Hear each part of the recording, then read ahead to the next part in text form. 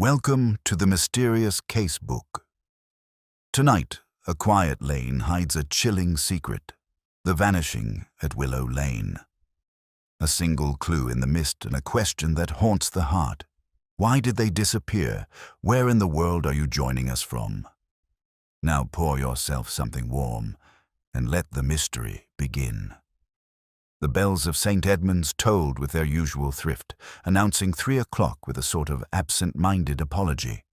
In the vestry hall, dust floated like ancient hymns in shafts of October light, disturbed only by the rustle of sheet music and the click of Mrs. Harbottle's knitting needles. The women's choir practice had ended not with a crescendo, but a slow fizzling out, like steam from a forgotten kettle. Mrs. Ridgway, the vicar's wife, stood at the tea-table adjusting the doilies with a hand that trembled slightly, though her voice remained cheerfully brittle. Lemon drizzle, everyone, though I suspect it's more drizzle than lemon today. Laughter rose politely, as expected, though no one truly heard the joke. The atmosphere clung to them, unusually thick, like the scent of lavender furniture polish and the must of hymn books too long closed. Miss Marple sat near the window-sill, her posture demure, her mind not. She wore her usual pale blue cardigan, buttoned neatly to the top, and held her cup with both hands as though it might whisper something if warmed just so. She watched the women more than she joined them, Mrs. Parker's too bright laugh, Miss Ellison's distracted eyes, the way Mrs. Larch glanced at the door every time footsteps passed outside. A village choir, yes, but one behaving today, like they were performing under scrutiny rather than for joy. The door to the vestry creaked open, and silence slid over the room like an unexpected shadow. Standing there was young Ruby Fitch, barely 19, breathless, cheeks mottled with the kind of panic no cosmetics could mask. "They've found it," she gasped, gripping the door frame. A teaspoon clinked to the floor. "Found what, dear?" asked Mrs. Ridgway, her voice rising a register. The pram's throat caught Ruby's throat. "It's down in the willow ditch by the lane." "But there's no baby in it. And Mrs. Bennet, she's not answering her bell." A thud as someone dropped a teacup. In that moment, Miss Marple's gaze drifted past Ruby and out the open door to where the low, crooked outline of Willow Lane curled like a finger beckoning trouble. It had always been a strange little path, too narrow for carriages, too damp for comfort. Yet it had a charm, a hush about it, and now, it seemed, a sinister silence. The choir women rose, a murmuration of tweed skirts and worried murmurs. They didn't need direction. They would head to the lane where the pram stood abandoned among the reeds. Someone would knock on the Bennet cottage door. Someone else would run for Dr. Wadsworth. Perhaps even Constable Frailty would be summoned from the Rose and Crown. But Miss Marple did not rise. Not yet. She looked down at her half-finished biscuit and noticed a small oval mark, perhaps, where jam had once been. She set it aside. "I will not forget the details today." Outside, the voices were rising in pitch and number. A crowd was already forming down by the willow bend, where the ditch ran shallow and brown. It was the sort of place young mothers avoided. Damp, yes, but also, somehow, mournful. Miss Marple took her time folding her gloves and stood only when Mrs. Harbottle returned, breathless. "There's no sign of the child. No one's seen Mrs. Bennet since breakfast." "How odd," Miss Marple murmured. But her tone was too even, too calm, as though she'd already started sifting through the layers. Because, of course, she had. She knew Mrs. Bennet to be punctual, private, and possessed of a quiet pride that did not yield to drama. If she had failed to answer a bell, it was not for want of hearing. And the pram well, that was the thing, wasn't it? Prams don't simply roll themselves into ditches, nor do mothers vanish like mist off the cricket green. Miss Marple began to walk toward Willow Lane, the hum of the crowd growing louder ahead. A single line from an old sermon drifted to mind, as a thief in the night, and nestled there like a warning. But it was not fear, she felt. It was recognition. A light breeze stirred the hem of Miss Marple's skirt as she descended the slope toward the willow-lined bend. The crowd had thickened, perhaps 20 villagers now, gathered in a murmuring semicircle around the object at the heart of their unease. It sat tilted in the ditch like a forgotten offering of the pram. Pale blue, faded ribbons at the handle. The wheel on one side had sunk slightly into the mud, giving it a mournful tilt as though bowing its head. Miss Marple's eyes moved gently across the scene, her steps unhurried. No one had dared touch it. There was still that common in villages that touching a thing might somehow entangle one in its consequences. Mrs. Ridgway stood nearby, wringing a handkerchief in both hands. It's hers, of course. We all know that pram. It was a wedding gift from the Bennet's uncle in Bristol, had it sent by rail, I remember. Quite the thing at the time. Constable Frailty arrived puffing, clutching his cap under one arm. His bicycle lay discarded on the grass behind him. He glanced from the pram to the faces, then back to the pram, as though hoping the situation would rearrange itself into something easier. "No sign of Mrs. Bennet, then?" he asked unnecessarily. "Not a trace," said Dr. Wadsworth, who had appeared as quietly as he always did, black bag swinging slightly at his side. "And the child's not in the cottage either. I checked through the back door wide open."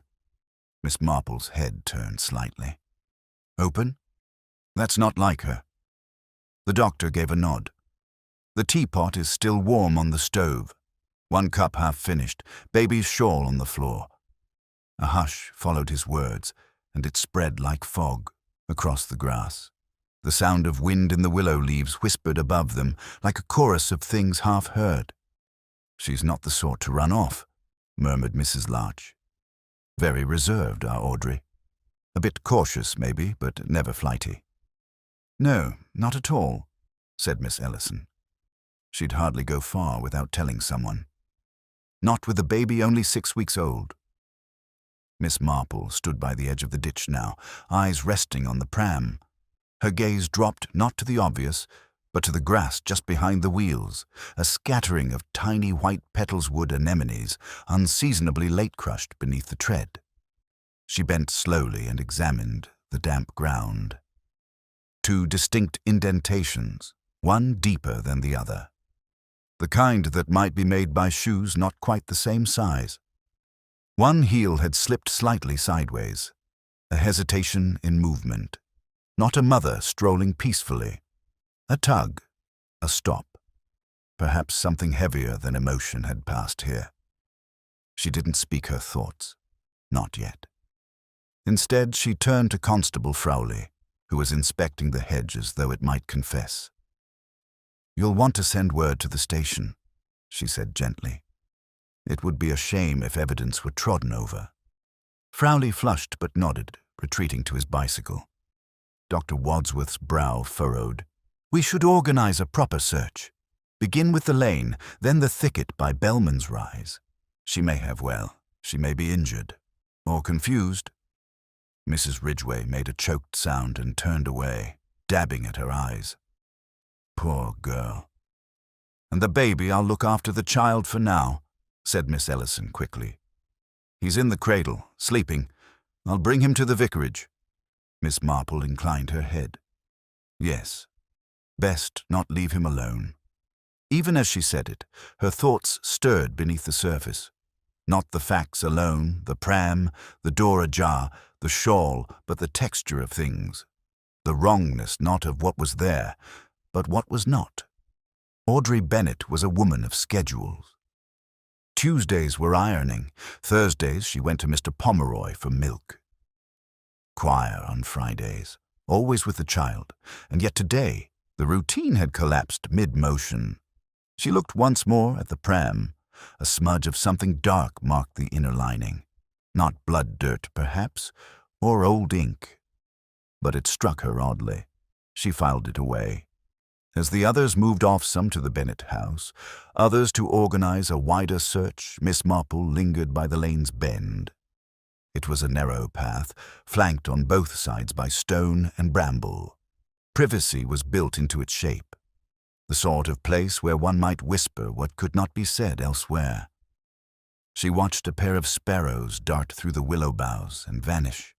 Behind her, Ruby Fitch approached again, pale and wide-eyed. "I was the one who saw it first," she said quietly, as though confessing. "I was cutting through on my way to the post. Though it was odd, the pram was alone." Miss Marple turned to her, gently. "And you didn't see anyone else?" "No, ma'am, but I heard something. A voice, maybe. Just one. Couldn't make out words. Sounded angry." "Where from?" Ruby pointed toward the small footbridge just beyond the bend. "Near there, I think." Then silence. "That's when I saw the pram." Miss Marple nodded, her eyes moving to the footbridge. Shadows lay heavy beneath it, even in daylight. Another hush fell, this one internal, like a thought not yet formed. The villagers were dispersing, plans of search and comfort taking shape. But Miss Marple remained for a moment longer, because something lingered.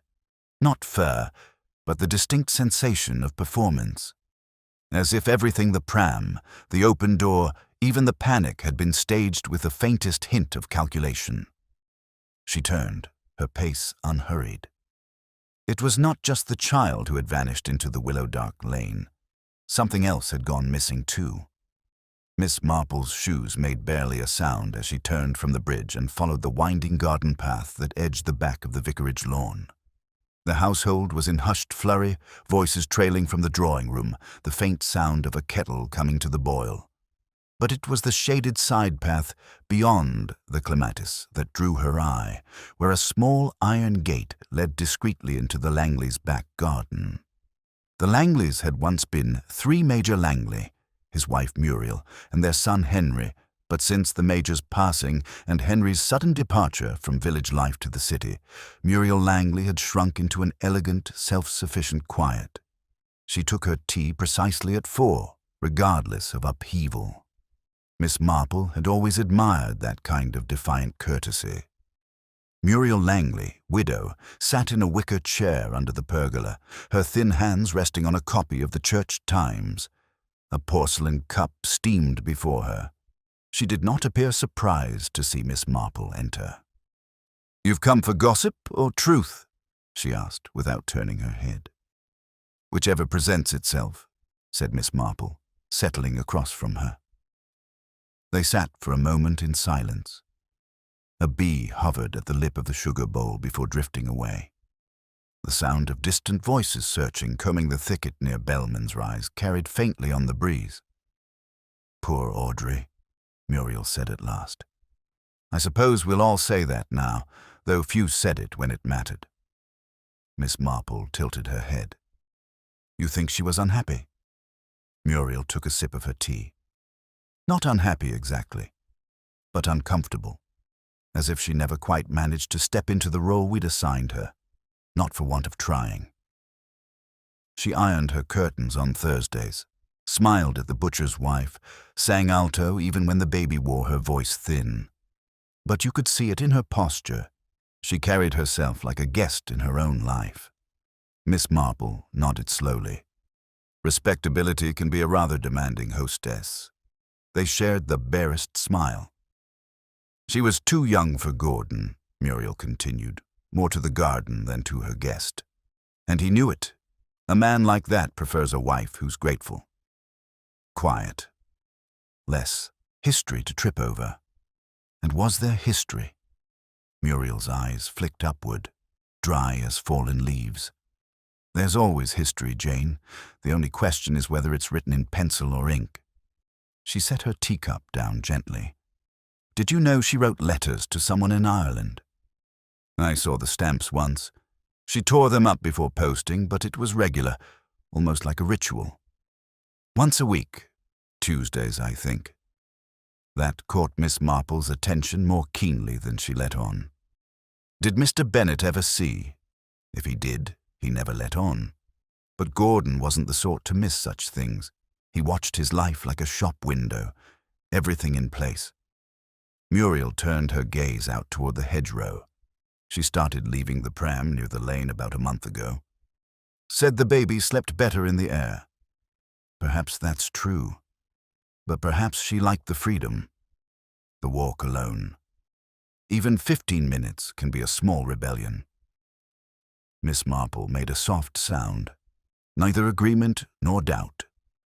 Her mind, as ever, ran parallel to the conversation, stitching detail to detail, letters torn before posting. The same path walked alone. A baby is always bundled, and behind it all, the village's subtle choreography, the way people arrange themselves not for comfort, but for display. A flash of motion beyond the hedge interrupted them. Ruby Fitch again, this time flustered and red-faced. She hesitated before stepping into view. "Mrs. Langley, Miss Marple, they're asking at the vicarage if anyone's seen Gordon Bennett." Muriel raised an eyebrow. "I thought he was working today." "Out at the quarry." Ruby shook her head. "Didn't arrive. Mr. Lugg says he was expected by 9. Never came." No word. Miss Marple's hands, folded lightly in her lap, stilled. Ruby shifted her weight awkwardly. "Should I say something back?" Miss Marple rose, her voice calm. "Tell them we'll be along directly." The girl nodded and scurried back the way she came. Muriel exhaled, almost in amusement. Well, that does add flavor to the pudding. Miss Marple gave her a gently reproving look. It's never wise to stir the batter too quickly. It curdles things. They walked together through the hedge gate, rejoining the murmur of concern now gathering along the village greens. A second disappearance. Not tragic yet, but troubling and telling. Miss Marple looked skyward. The clouds had shifted subtly, diffusing the sunlight into a quiet grey. Not a storm, but a prelude. She thought of Gordon Bennett's rigid civility, his punctuality, his silent approval or disdain.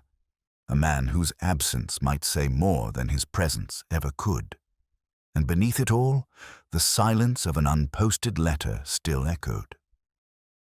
The green had gathered them as it always did in moments of uncertainty, like a drawing room without walls.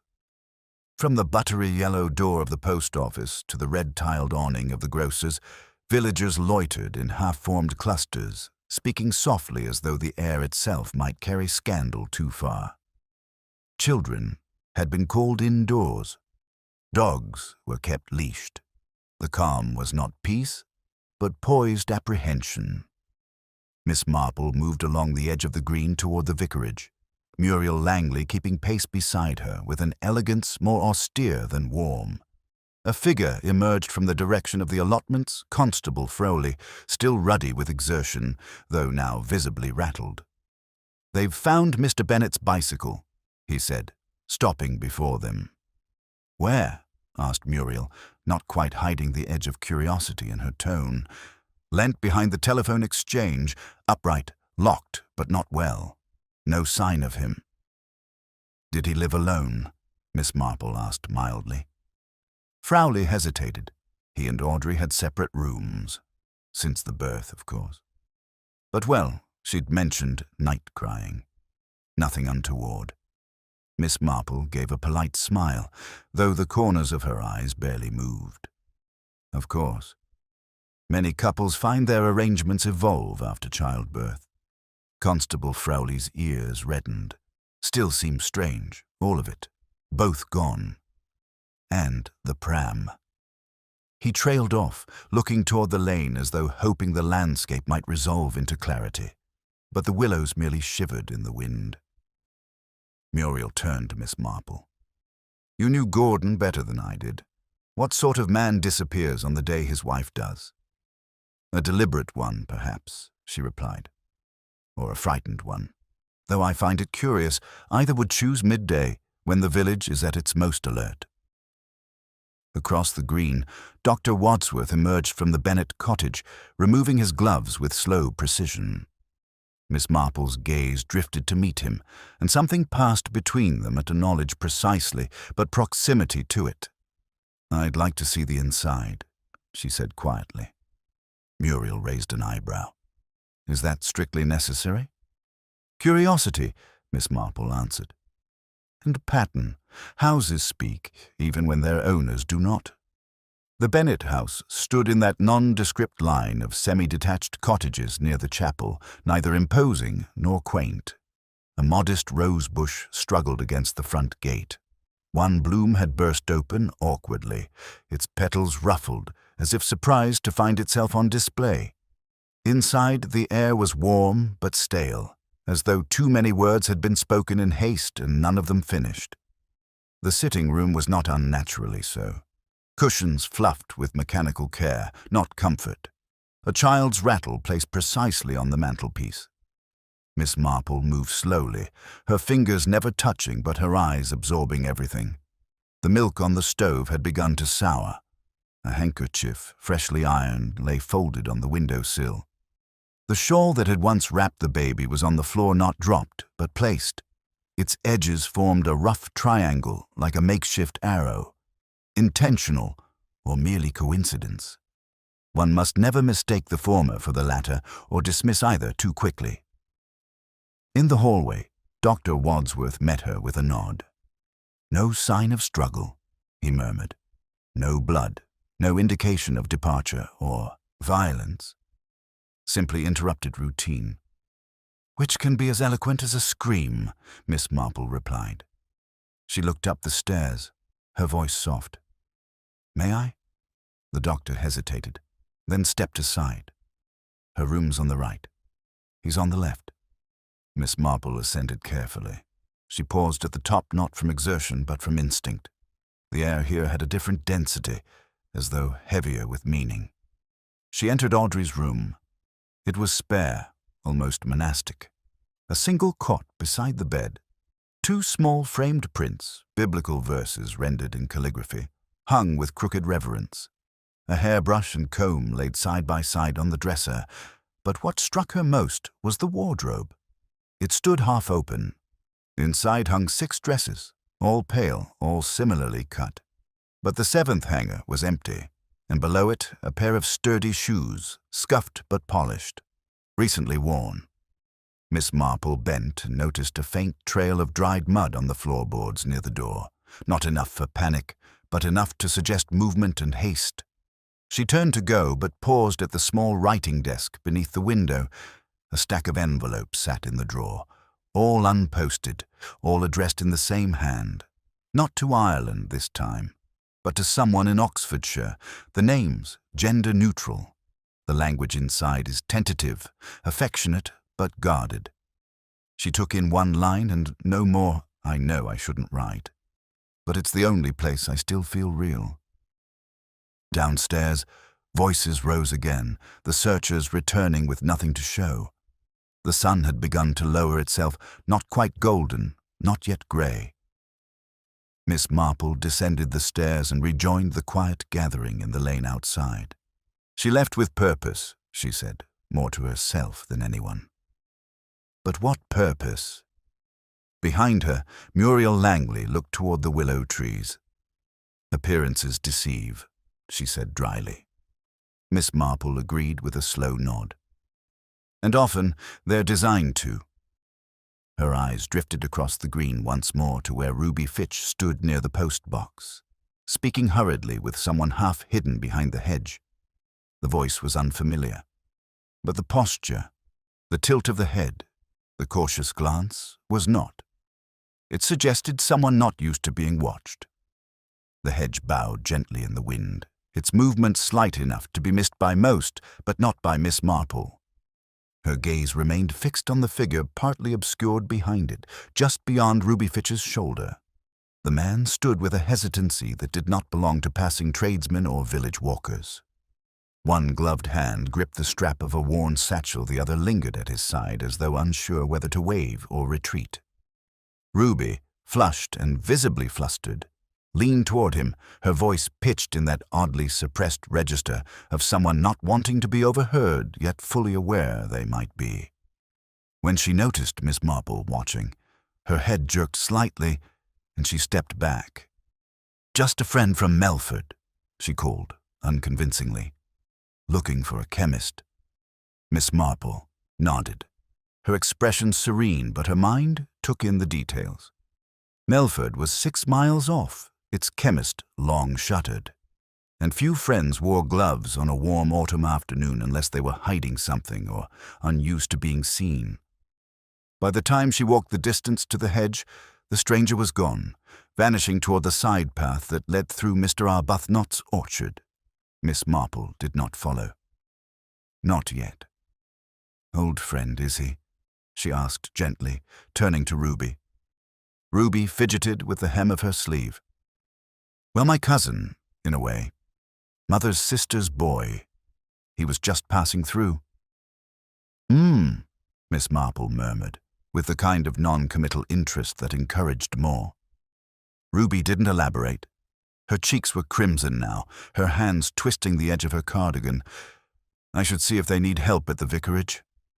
She turned and walked away quickly, too quickly for someone with no guilt to flee. Miss Marple allowed herself a moment by the hedge. A glint in the grass caught her eye, nothing grand, just a brass button. She picked it up and examined it. Military style, polished but old, with a faint crest on the face, possibly from a greatcoat. Not one she'd seen on anyone local. She tucked it discreetly into her handbag. Behind her, the evening bells began to toll from St. Edmund's. 6 o'clock. Time shifted. Not into night yet, but into the hour where people start drawing curtains, not for privacy, but to separate the world outside from the one they curate within. Miss Marple walked to the post office under the pretense of purchasing a packet of stamps. Mrs. Brecknell, the postmistress, was already tallying her day's accounts, but looked up with familiar interest. "You heard about Gordon?" she asked without prompting. Miss Marple offered a gentle smile. "Only what's been shared." Mrs. Brecknell leaned forward. "Well, I shouldn't say it, but he wasn't right these last few weeks. Stood there, same spot by the window, never posting anything, just staring down the road, as though waiting. For something or someone." Mrs. Brecknell shrugged. "Hard to say. But the letters he did send? He always handed them over too carefully, like he was afraid they'd vanish between his fingers." Miss Marple paused. "And his wife? Did she send letters?" "Oh no," the woman said with certainty. "She always brought her post down early, never with him, never with anyone, always alone. A curious distinction, Miss Marple thought. Alone in routine even when married." She asked, "And this morning?" Mrs. Brecknell frowned. She didn't come in, not at all, which meant something, or nothing, but everything meant something eventually. Back on the lane, the search parties had returned, empty-handed but tight-lipped. The vicar stood with Dr. Wadsworth near the green, their conversation hushed and grave. Miss Marple passed them without intrusion. It was not words she sought now, but patterns. The baby, she'd learned, had been taken to the vicarage nursery under Miss Ellison's care. He was sleeping, apparently calm, unbothered, innocent. Innocence, Miss Marple had long observed, was a state adults often ascribed too freely.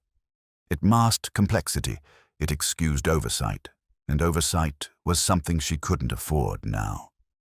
At the turn of Willow Lane, where the ditch met the trees, she paused once more. The pram had been removed. Only the marks remained of 2 curved indentations in the soil, faint traces of wheel tracks. But now she saw something further up the lane, near the hedgerow where the child had often been wheeled. A trail of pressed grass, broken twigs, and something glinting, an empty milk bottle, lying on its side. She approached and bent slowly. The bottle was whole, the foil lid intact but creased, as though squeezed tightly, then abandoned. A child could not have dropped it, nor would Audrey have taken milk to the lane without purpose. So why had it been left, and why, Miss Marple wondered, had no one mentioned its presence? From the orchard path, a robin darted across her line of sight. It startled her slightly, not for what it was, but for what it displaced in her mind. A line from her youth, half remembered from a village scandal long buried. When two vanish, it's rarely the same hand that moved them both unless the hand wore a glove.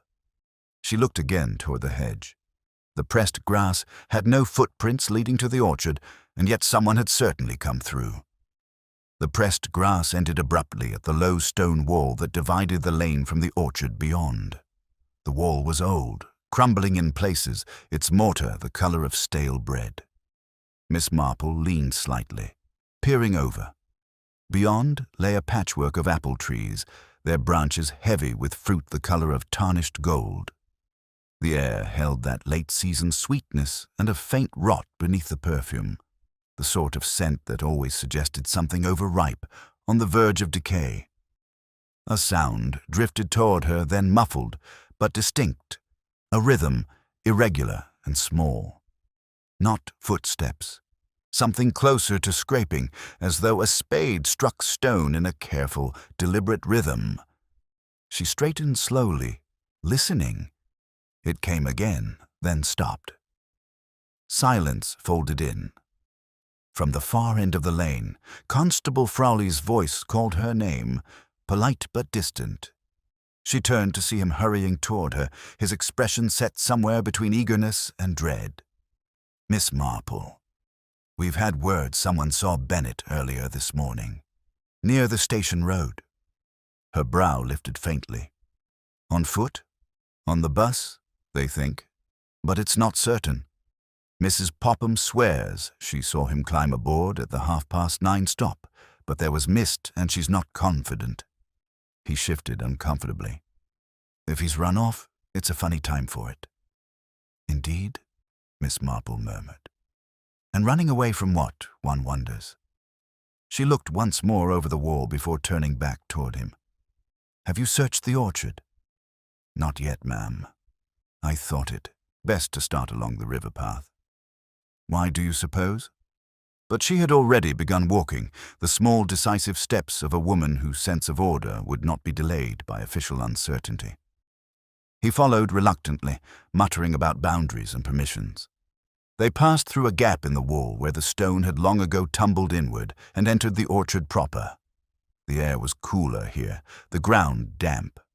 Fallen apples lay bruised in the grass, each one bearing a small imperfection, a wound or a bite. Miss Marple's eyes moved as if reading.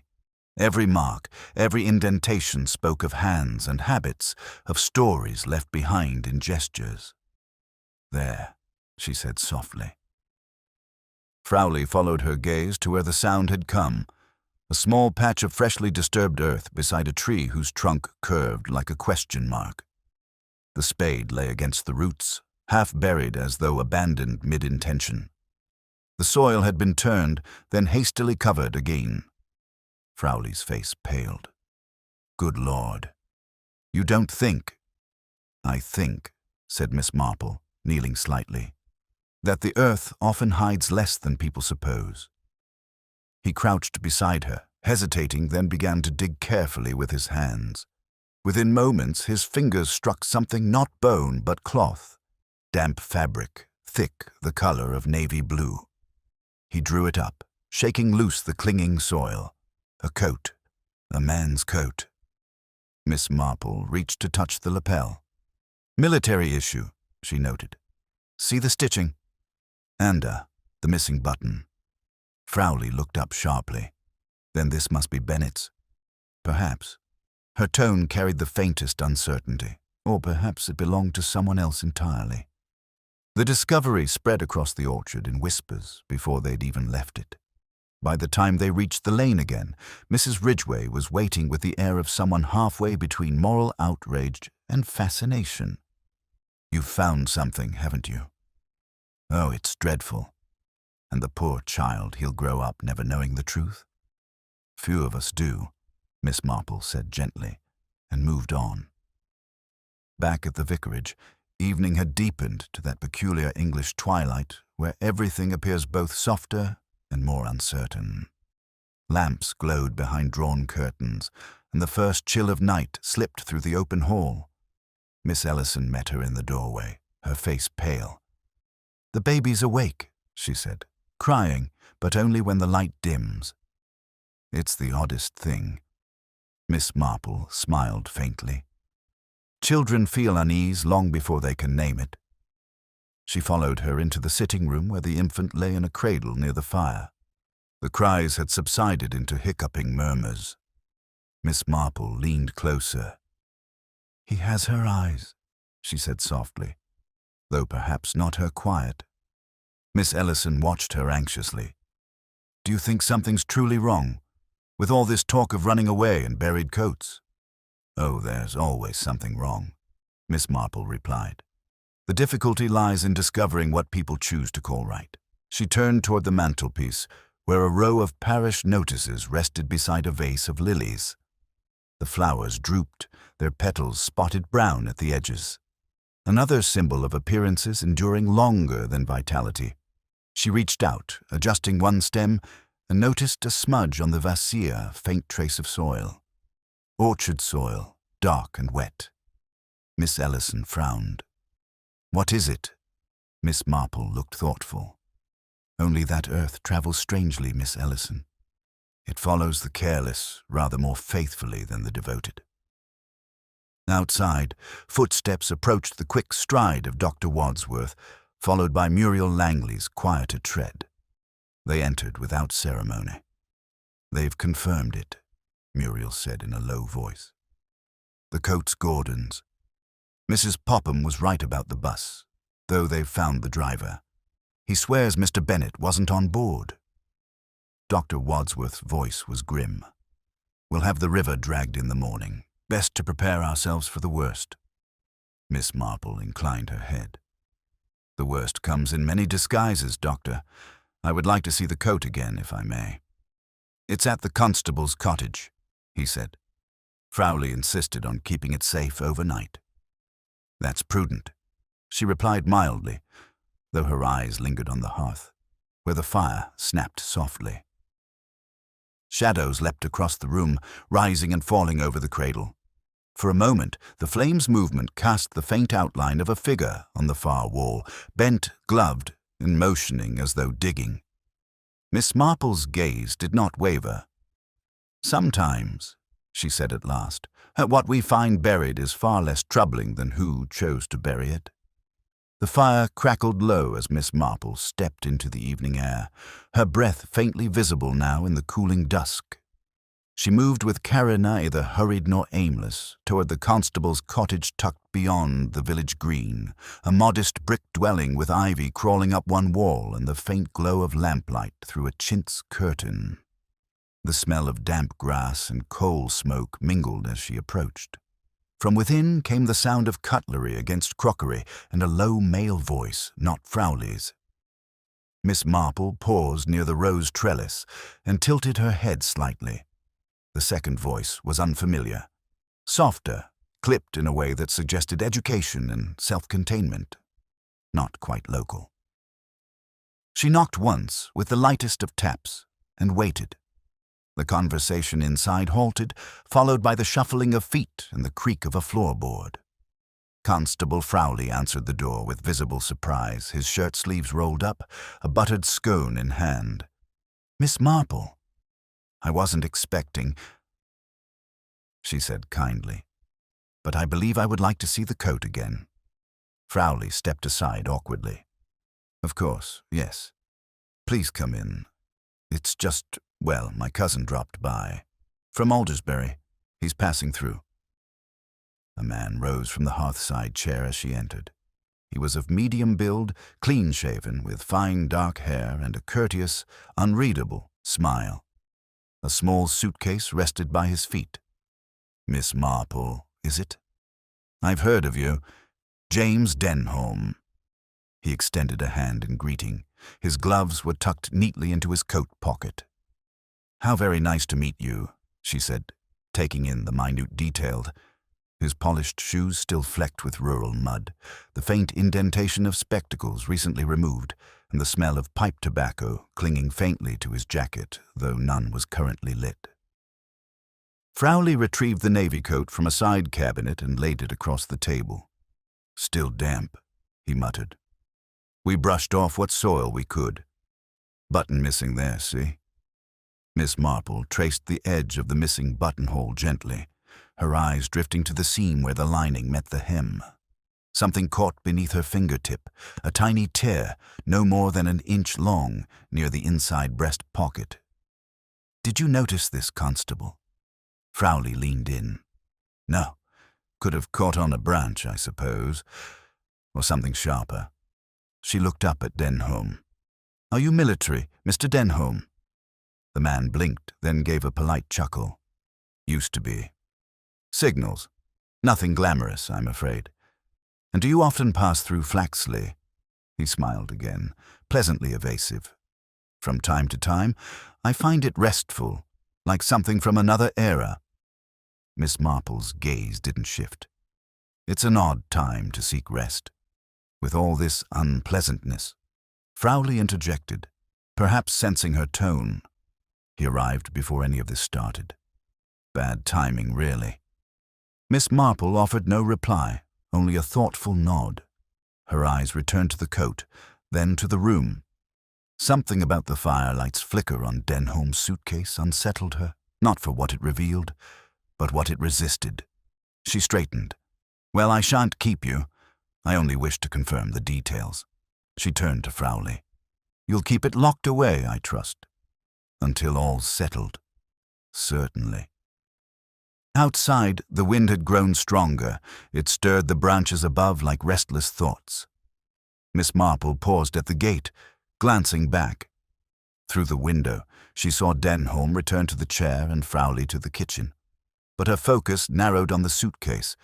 It was positioned too precisely on the front edge aligned with the hearth tile. Such tidiness was not a constable's hallmark, nor that of a weary cousin merely passing through. At the vicarage, she found Miss Ellison pacing in the hall, a letter in hand. "This just arrived," the younger woman said breathlessly.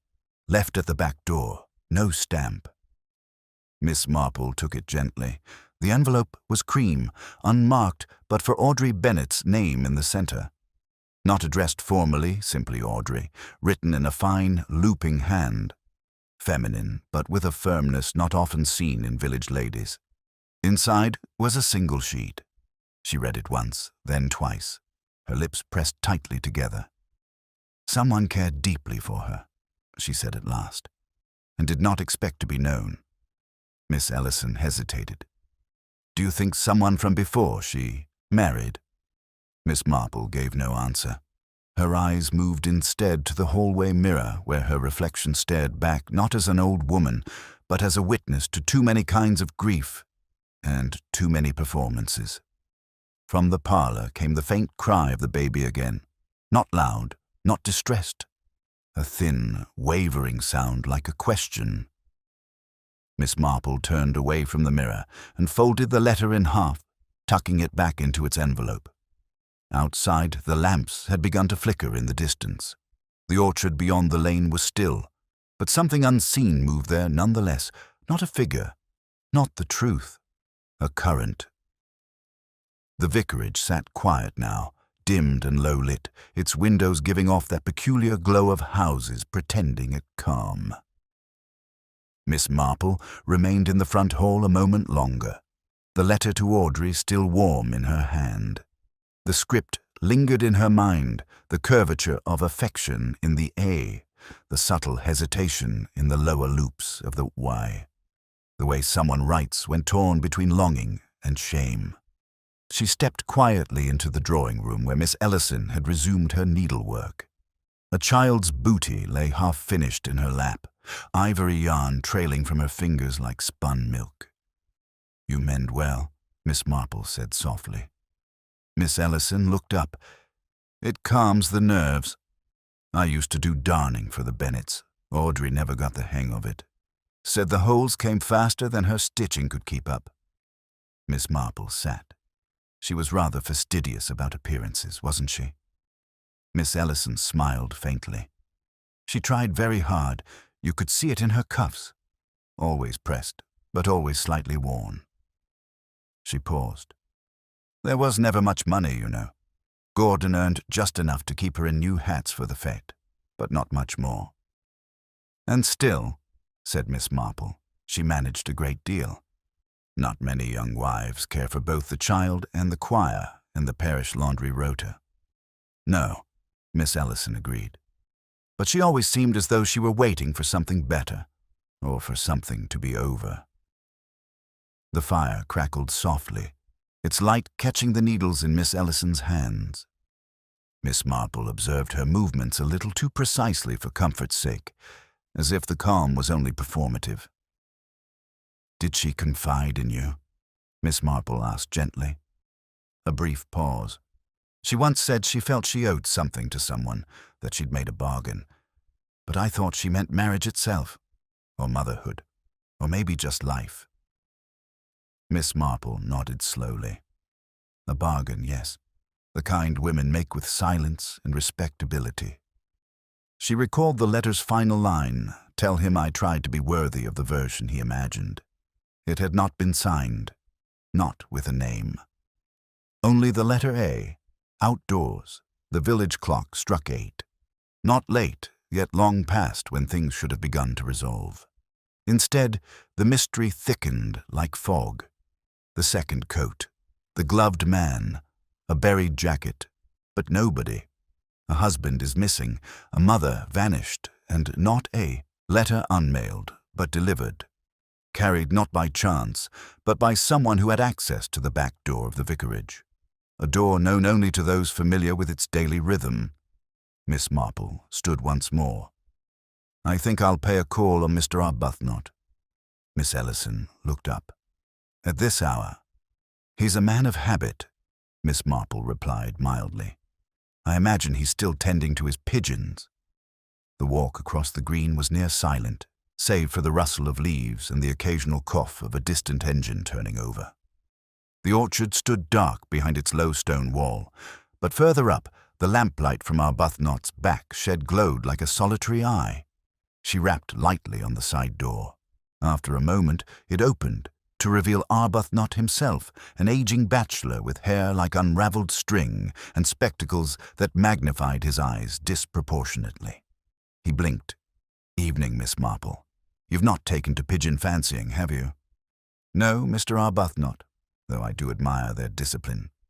He chuckled and stepped aside. Come in, come in. It's not warm, I'm afraid. Never quite get the chill out of these walls. She entered the low-ceilinged room, her eyes adjusting quickly to the dimness. Cages lined the far wall, though most of the birds were already settled for the night. A kettle steamed on a small stove, and next to it sat a pair of muddy boots sewn significantly smaller than the other. Miss Marple moved toward them without appearing to. Expecting guests? He glanced over. Oh, those. Ruby brings her young cousin now and then. The boy's quiet, but he likes the pigeons. Helps me clean out the troughs. I see.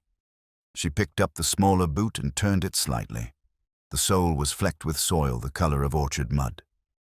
Still damp. He wouldn't have been by today, would he? Arbuthnot rubbed his chin. Now that you mention it, yes. Just before tea time. Came round the back, like always. Ruby didn't say she had errands. Miss Marple nodded as she set the boot down. Would you happen to have seen a man with her this week? Dark-haired, modest suitcase. Quiet voice. Possibly military background. The old man frowned. Might have passed one or two like that. We get odd ones near the station. Never can tell if they're coming or going. No, Miss Marple agreed. One rarely can. She declined the offer of tea and left shortly after, retracing her steps with slow, measured tread. The night had grown colder, and the moon had risen, softening the sharp corners of houses and hedges. Everything now looked gentler, more innocent. But then, so had Audrey Bennett. She paused before the Bennets' darkened cottage. A single curtain had been drawn back. Just slightly, enough to see that someone had lit a lamp in the front room again. Someone, perhaps, waiting to see what the village would believe. Miss Marple remained still a moment longer beneath the shadow of the hedge, her eyes fixed on the parted curtain. It had been drawn back only slightly, but the line of sight it created was no accident. A lamp glowed from within, casting a soft halo around the figure seated just beyond its reach. Someone was there motionless, watchful, not so much hiding as measuring the dark. She stepped from the path and approached the Bennets' front gate. The latch gave its usual click. If the watcher had intended to flee, they had time. But when she reached the porch, the door opened before she could knock. Ruby Fitch stood in the doorway, her eyes wide and too alert.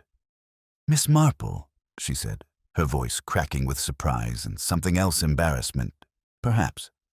"I was just checking the windows. Miss Ellison said I could fetch the baby's warmer blankets. I thought someone ought to come." Miss Marple smiled gently. "Of course. How thoughtful of you. You've always been helpful in little things." Ruby colored at the comment, uncertain whether it was praise or suggestion. She stepped aside to let Miss Marple in. The front room was modestly lit, but warmer than expected. A fire had been coaxed in the grate, and the baby's shawl had been laid over the arm of the chair nearest the hearth. "I didn't light the fire," Ruby said quickly, watching her guest's gaze. "It was already going when I came." Miss Marple's eyes moved from the hearth to the side table.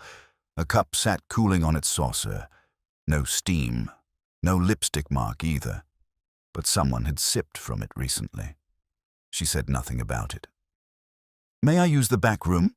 Ruby asked. "The blankets are kept in the cupboard there." "Certainly, dear. I shall sit here a moment, if you don't mind. These old knees need their pause." Ruby hurried off, and Miss Marple remained where she was, though her mind turned with quiet speed. The fire, the teacup, the parted curtain, all signs of presence, not simply visitation. Someone had been staying here, even if only briefly. Someone with access and confidence. She stood and moved to the sideboard. The small drawer with silver polish and candles opened stiffly. Inside, among the bric-a-brac, she found something odd. A second key to the back door, tied with string, labeled only with the letter D. Miss Marple turned it once in her hand, then replaced it.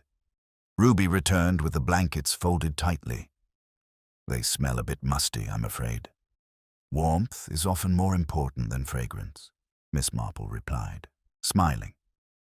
"Tell me, dear, did you know Audrey well?" Ruby looked down at the blankets. "I helped her now and then, ran errands. She was quiet, kind, but I'm tired. And Mr. Bennet?" Ruby hesitated. "He scared me a little."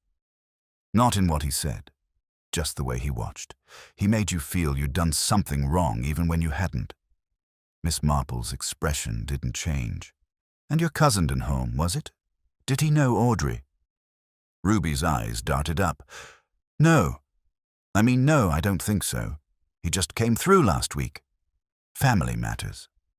Miss Marple simply nodded, her silence as heavy as it was kind. Ruby shifted uncomfortably. "Should take these to the vicarage." She gathered the blankets and fled the house more than exited it. Miss Marple remained behind a moment longer. The fire was almost out now, and the room had resumed its more natural stillness. But one thing nagged at her, the faint scent of pipe smoke. Not fresh, not cloying, just a present, a ghost of habit. She stepped into the narrow hallway and up the stairs. The house remained unchanged since her last visit, Audrey's room untouched, Gordon's precisely ordered. But in the tiny linen cupboard between the rooms, she found a recent disturbance. A small suitcase, navy blue, slightly scuffed at the corners. No tag, tucked behind spare towels as though placed in haste. She unzipped it slowly. Inside were men's clothes, clean, pressed, but also something less ordinary. A black case, flattened and worn, containing a collapsible razor and 2 books of matches from a hotel in Oxford. Not Gordon's, not likely Denholm's either. Someone else. Someone who had stayed hidden, or had been hidden. Miss Marple closed the case gently. On the way down the stairs, she paused at the landing window. Through the glass, the orchard beyond the lane was barely visible, only its silhouette framed by moonlight. One tree nearer the wall was marked by absence a pale ring where the coat had been buried. But she looked beyond it now, past the trees, toward the far edge where the hedge broke and another path led east, toward the old boundary road. It was seldom used and easily missed. She drew the curtain closed. At the door, she paused again, then stepped back into the night. The fire's warmth did not follow her. Only the knowledge that someone had returned to this house after the village had accepted their absence. Someone who knew where the keys were kept. Someone who lit the fire not to stay warm, but to feel remembered. She walked slowly toward the green, the chill sharpening around her. The truth, she suspected, was no longer about who had left, but about who had stayed. The moon hung above Flaxley like a dimmed lantern, its pale light flattening the rooftops and hedgerows into brittle silhouettes. Miss Marple walked alone beneath it, her shawl drawn close, the lane beneath her feet more memory than path now. The houses had fallen into hush, save for the occasional twitch of curtain or cough behind glass. It was the hour in which most truths, if not spoken, at least shifted in their sleep. Her feet carried her not to the vicarage, but to the constable's cottage once more.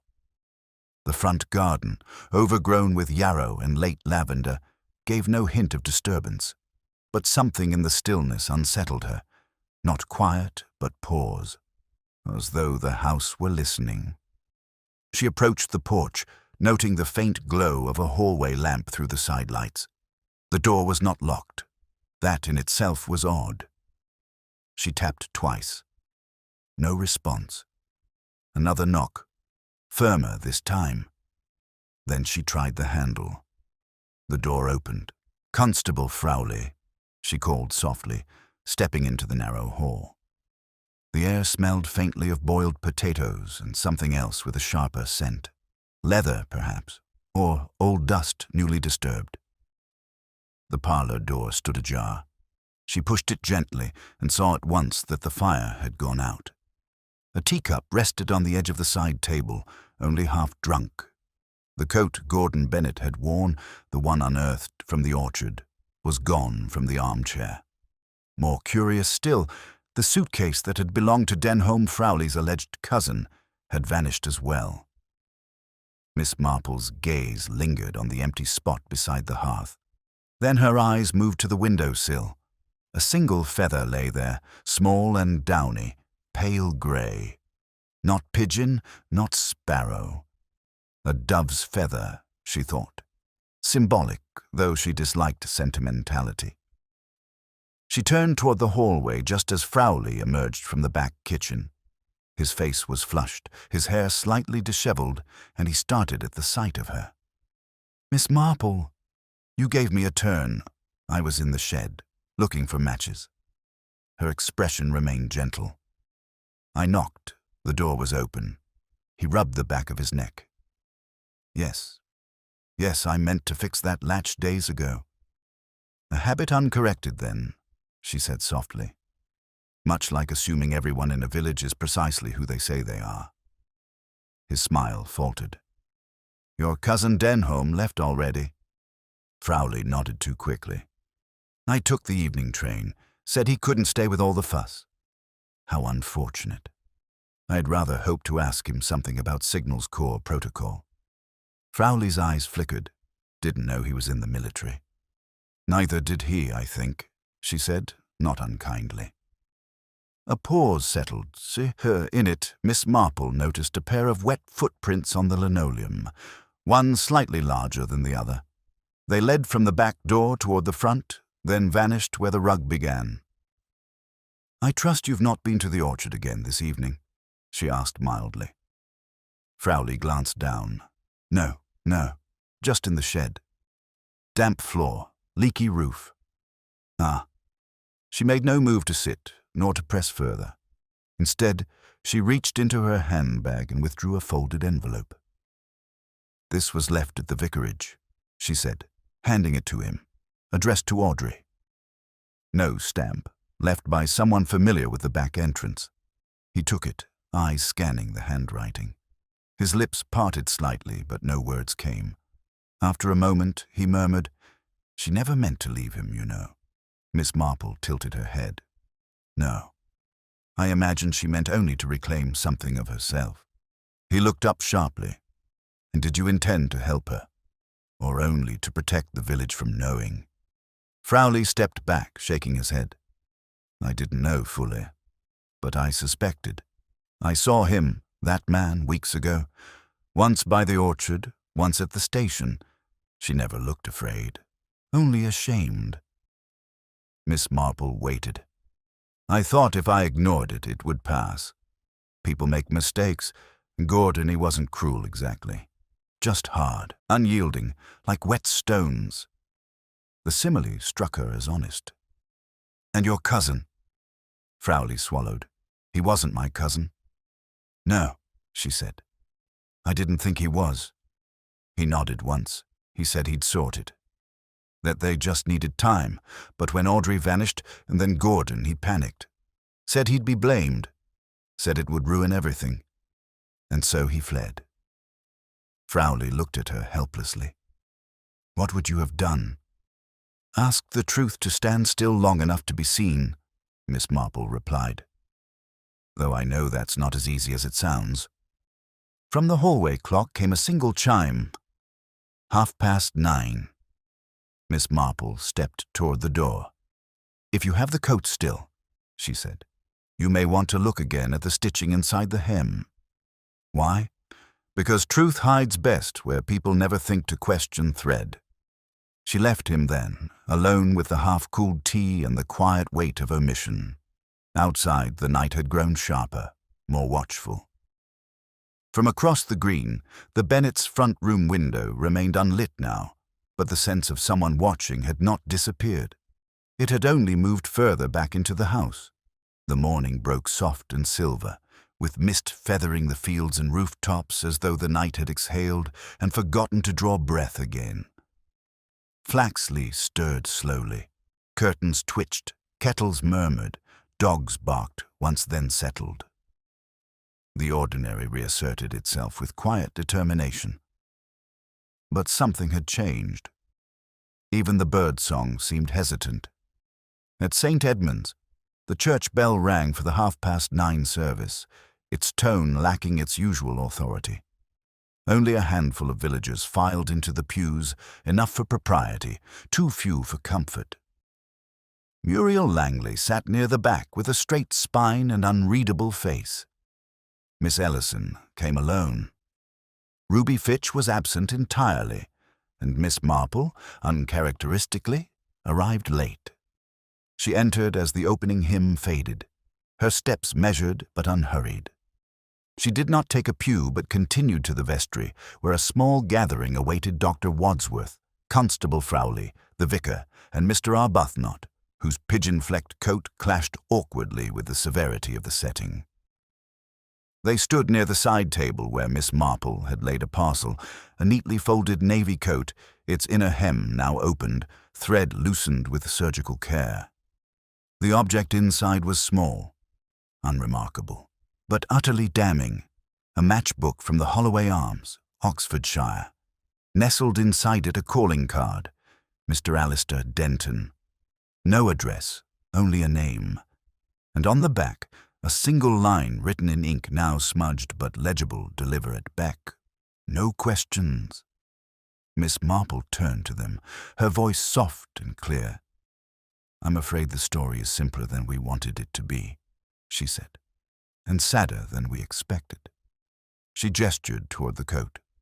This belonged not to Gordon Bennett, but to Alistair Denton, formerly of the Royal Signals Corps, and recently returned to Audrey Bennett's life under a false name. His presence in Flaxley was concealed with Constable Frowley's help, however reluctantly at first, out of what I imagine was a misguided sense of loyalty or protection. Frowley shifted, but said nothing. Denton was not a stranger to Audrey. He was the father of her child, conceived before her marriage to Gordon, though no one knew except perhaps Gordon himself. Audrey married out of fear or duty and lived in quiet penance for years. But she and Denton remained in some form of contact, torn letters, unposted messages, an emotional thread neither ever quite severed. She paused. When Audrey disappeared from Willow Lane, she was not abducted. She left voluntarily with Denton, but not out of elopement or escape. They had planned something else. She meant to confront the truth, perhaps to free herself, perhaps only to explain. Miss Marple's eyes settled on Frowley, but things went wrong, didn't they? The constable's throat worked visibly. She came to me the day before, said she was frightened not of Denton, but of what might happen if Gordon discovered them. She wanted time, a place to speak privately. I said she could use the orchard. Miss Marple nodded. But Gordon discovered them, whether by suspicion or accident. He followed her that morning. There was a confrontation near the old willow ditch. Ruby Fitch saw them, heard Denton raise his voice, but what none of us realized was that Gordon didn't disappear. He was already dead. Gasps from the group, even from the vicar who'd gone pale. Denton killed him, Miss Marple continued. Not in cold blood, though that distinction means little. Perhaps in panic, perhaps rage. Gordon was not a gentleman, but violence cannot be undone. She looked at Arbuthnot, and it was through the orchard that Denton fled, carrying Gordon's coat. He buried it in haste and hid in the only place no one thought to search a familiar house, behind a familiar face. Frowley whispered, "I didn't know he'd not until later." Miss Marple's gaze was steady. "You recognized the coat and the mud on the hem, but you said nothing.